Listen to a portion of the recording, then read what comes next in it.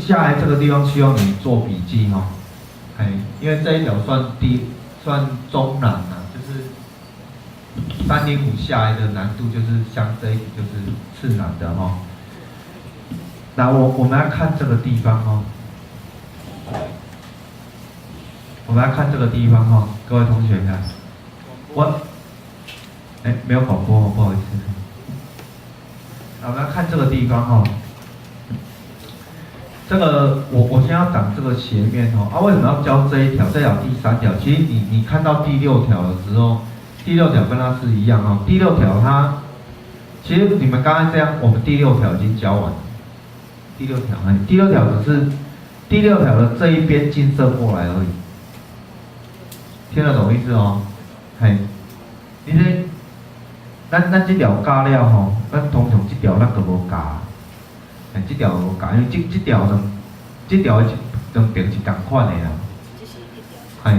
那一条比较难啦，这只是有一些尺寸不一样而已哈。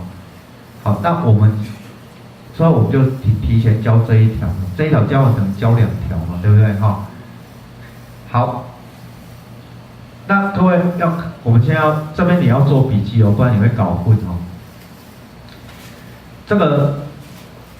我要做这一个平面哦，来长这根棒棒糖。那这根棒棒糖的尺寸其实跟这边很相似哈。好，那可是要先做这个平面，要做这个平面哈，因为这一条就考你做平面的功力了哈。好，那这个就好，在做平面好像做斜六边好像你在开门一样，你要一个门钮，有一个旋转轴，然后一扇门这样子哈。所以我要先在这边做一个基准轴哈。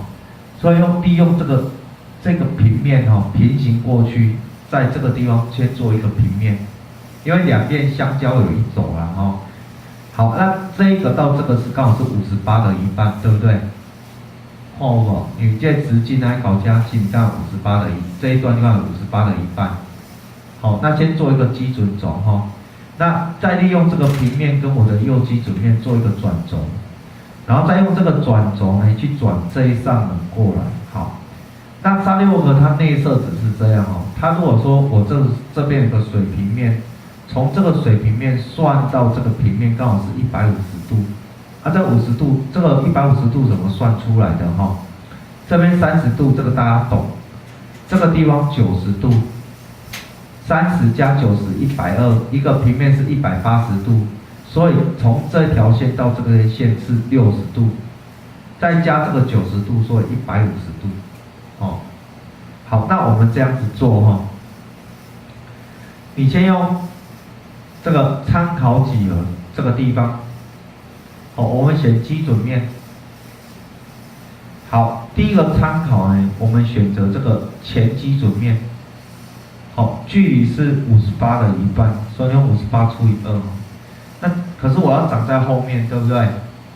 所以我要缓转一下，点缓转，在这个地方这边有个缓转，点下去把它跑到后面去。这是第一步，第一步就是平行这个面58的1半。好，那接着用平面1哦，在参考几何这边搭下有个叫基准轴。